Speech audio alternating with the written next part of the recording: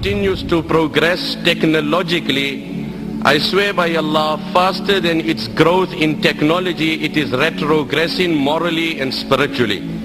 While life seems to become easier theoretically, in theory when you analyze life today, we have such advanced modes of transport, such easy ways of communication. In theory, life seems easier than previous times, but practically life has become more challenging than the previous times. Tension, depression and frustration has, wallah, become the order of the day. Happiness, joy and prosperity is something of the past. The very fears that haunt the mind of every individual, that are ever lurking. I must never become poor. I must never be diagnosed of cancer. This must never happen. The fears that are ever lurking in the heart and the mind of every man is sufficient depression in the life of every person. The only way to avert financial depression, the only way to avert and divert financial depression is to convince yourself that Allah is the sustainer. When you've convinced yourself that Allah is the sustainer, now the fluctuation in the currency, the fake predictions of the economists, the competitors in the market will not make a difference to you. So this is the modern day poverty. That in the midst of affluence there is no joy. In the midst of comfort and luxury there is absolutely no joy.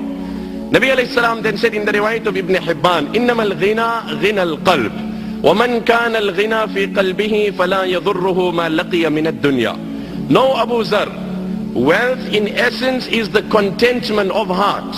And no Niagara Falls and no Victoria Falls can give you that contentment that is divine from Allah.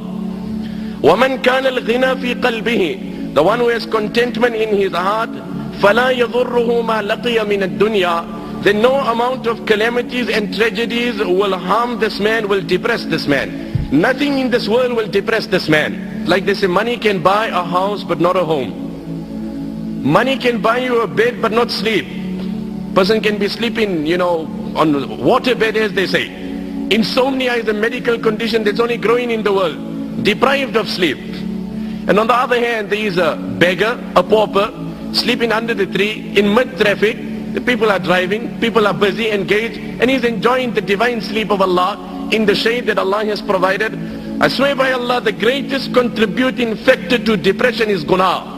Ask that young boy who after he takes a pill and he's on a buzz and he's on cloud 9 and he's floating somewhere else, as soon as he becomes sober, he goes through such depression that he's left with one of two options. Either he commits suicide or takes a pill again. There's no other choice in the life of that young boy. This is nothing. These antidepressant tablets, that is escapism. You are hiding the reality. You are disguising and camouflaging. You are not solving. You are not soothing. It's like a person went to a particular motor mechanic. He had a problem in his car. He says, as I'm driving, there's this very strange and peculiar sound coming out, and I can't trace the problem. So the motor mechanic had a look at the car, but he couldn't trace the problem. He says, I can't really find anything, but I got a way out. I can solve the problem for you. If it really bothers you while driving, just put your radio a bit louder. If the noise bothers you, just put your radio, and I promise you your problem will be solved without any money. I swear by Allah, that is antidepressant tablets. You have solved no problem. You have only camouflaged it, you've disguised it. The problem remains. Become sober and it's worse than what it was. Like they say, having Allah on your side does not mean sailing on the ocean with no waves. It doesn't mean that. But having Allah on your side means sailing in such a ship which no storm can sink. That is what it means. It doesn't mean you will not have storms. You will have storms, you will have waves. But when you have Allah on your side, no storm will sink that ship. It is contentment. Grab onto it. I swear by Allah, if you have it, you're a king without a throne also.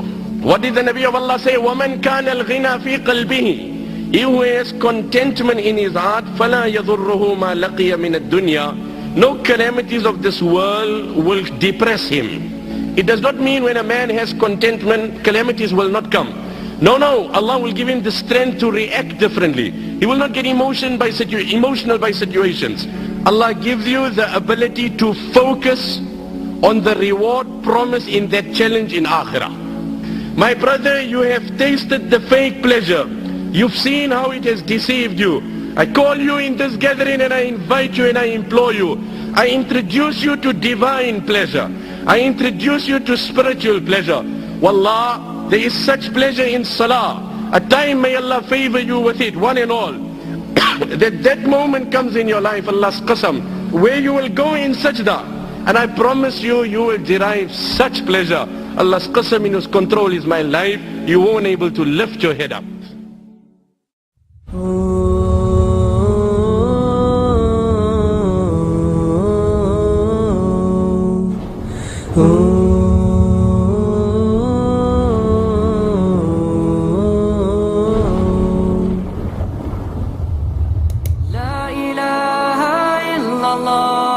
Muhammadun Rasulullah alayhi salatullah wa alihi wal ahibba. La ilaha illallah Muhammadun Rasulullah alayhi salatullah wa alihi